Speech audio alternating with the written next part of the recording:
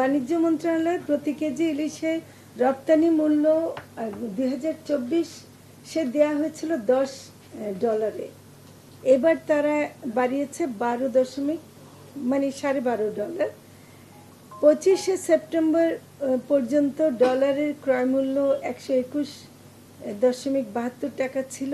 এই হিসাব অনুযায়ী 81,438 কেজি ইলিশের বাজার মূল্য দাঁড়াচ্ছে 12,39,07,000 টাকা। অন্যদিকে আখাউড়া বন্দর থেকে গেলেও এটা সব মিলে 3,38,00,000 টাকা পেয়েছে।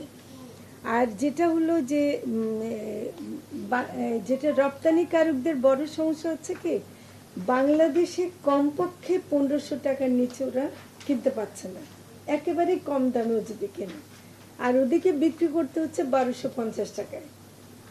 ওদের তো এগুলি পাঠানোর খরচটা উঠছে না, ফলে রপ্তানিকারকরা নিজেরাও পিছিয়ে গেছেন।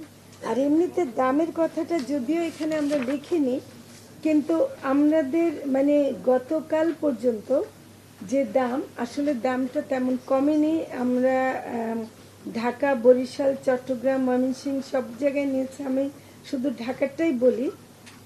400 থেকে 600 গ্রাম 1000 থেকে 1350 টাকা, 700 থেকে 900 গ্রাম।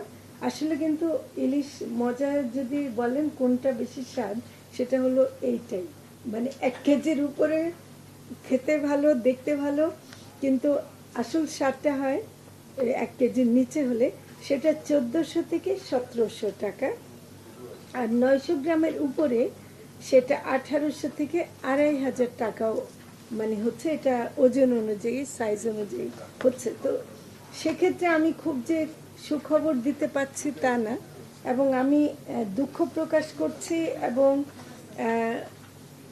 আমি এখনো বলছি যে আমি ওই কথা থেকে বিন্দুমাত্র সরিনি যে বাংলাদেশের মানুষ ইলিশ খাবে, এবং সাশ্রয়ী মূল্যে আমরা দেওয়ার জন্য, এবং সে কারণেই কিন্তু আমরা এত যে গবেষণা করে আসল সমস্যাটা বের করার চেষ্টা করছি, যেন মানে ইলিশের প্রাপ্যতাটা শুধুমাত্র অভিযান চালিয়ে যে আমরা বন্ধ করে ইলিশ রক্ষা করলে হচ্ছে না। আসলে আমরা দেখছি আরও অনেক কারণ আছে, সেগুলি করে আমরা আশা করছি যে এই বছর তো না পারলেও নিশ্চয় আগামীতে আপনারা ভালো অবস্থায় আসতে পারবেন, এবং সেটা আমরা করতে পারবো। আমাকে যদি প্রশ্ন করেন আমি উত্তর দেব ঠিকই, কিন্তু আমি এটা জানি যে আমার অনেক কিছু আমি করতে পারিনি, এবং সেটা সবটা আমার হাতে ছিল না বলে করতে পারিনি।